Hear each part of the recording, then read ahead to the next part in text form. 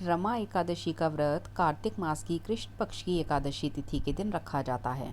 इस बार रमा एकादशी पर बेहद दुर्लभ हरिवासर योग का संयोग बना हुआ है, इसलिए इस बार रमा एकादशी का व्रत करने वाले व्यक्तियों को व्रत का अनंत गुना फल मिलेगा। रमा एकादशी का व्रत की तारीख और इसका महत्व। इस बार रमा एकादशी पर हरिवासर योग लग रहा है। शास्त्रों के अनुसार हरिवासर में व्रत करने से व्यक्ति को वैकुंठ में स्थान मिलता है। एकादशी तिथि का आरंभ 27 तारीख में सुबह 5:24 पर आरंभ हो रही है और 28 तारीख को सुबह 7:51 पर एकादशी तिथि का समापन होगा।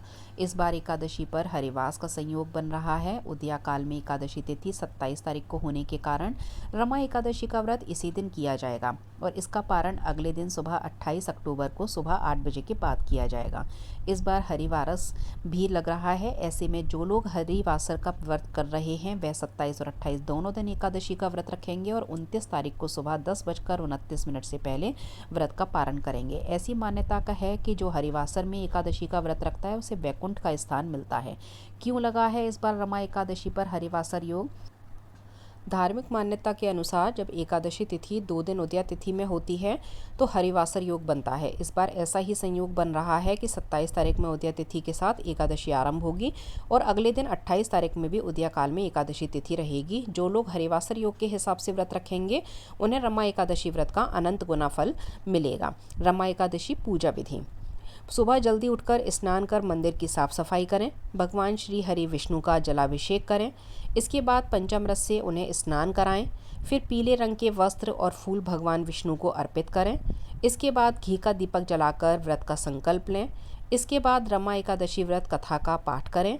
पूरी श्रद्धा के साथ भगवान विष्णु के मंत्रों का जप करें और अंत में भगवान विष्णु की आरती करें और प्रसाद को सभी में बांट दें। रमा एकादशी का महत्व। कार्तिक कृष्ण की एकादशी का नाम रमा है। ब्रह्म वैवर्त पुराण के अनुसार रमा एकादशी का व्रत करने से सब पापों का क्षय होता है। चलिए सुनते हैं रमा एकादशी की व्रत कथा।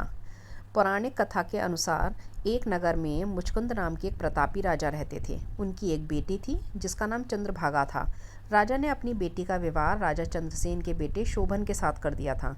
चंद्रभागा के यहाँ सभी एकादशी का व्रत करते थे, लेकिन उसके पति शोभन को भूखा नहीं रह सकता था। उसे दोनों समय खाना खाने की ज़रूरत थी। शोभन एक बार कार्तिक मास के महीने में अपनी पत्नी के साथ ससुराल आया, तभी रमा एकादशी व्रत पड़ा। चंद्रभागा के गृह राज्य में सभी रमा एकादशी का नियम पूर्वक व्रत रखते थे और ऐसा करने के लिए भी शोभन से कहा गया।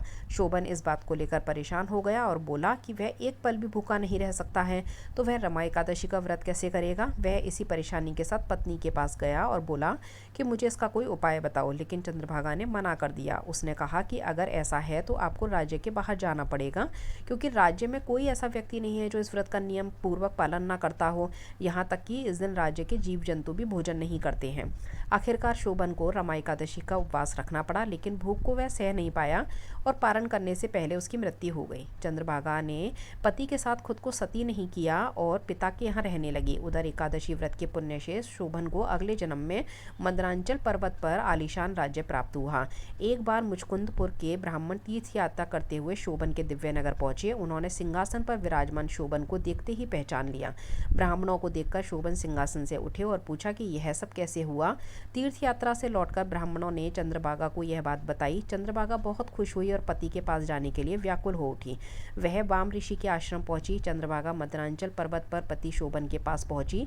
अपने एकादशी व्रतों के पुण्य का फल शोभन को देते हुए उसके सिंहासन व राज्य को चिरकाल के लिए स्थिर कर दिया।